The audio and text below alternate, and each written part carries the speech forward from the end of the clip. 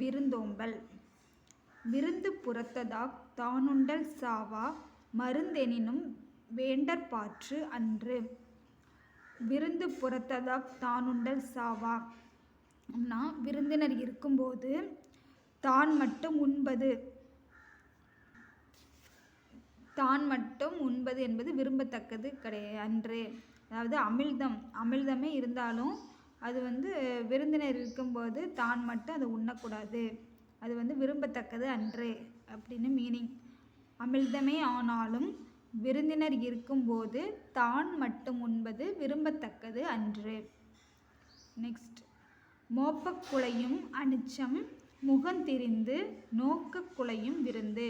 அதாவது குழையும் அப்படின்னா வாடிவிடும், மோர்ந்து பார்த்தால் அனிச்ச மலர் வாடிவிடும், மோப்பக் குழையும் அனிச்சம்.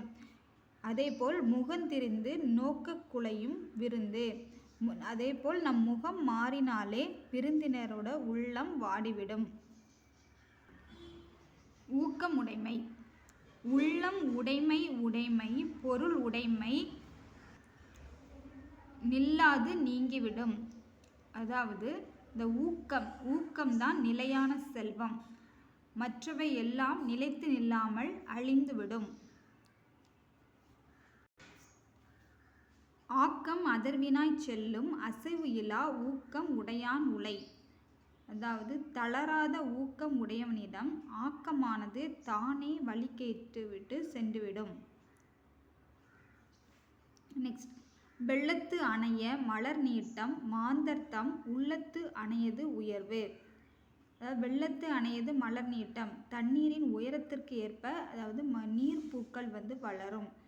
அதேபோல் ஊக்கத்தின் அளவுக்கு ஏற்ப மனிதர்கள் உயர்வார்கள். உள்ளுவது எல்லாம் உயர் உள்ளல் மற்றது தள்ளினும் தள்ளாமை நீர்த்து.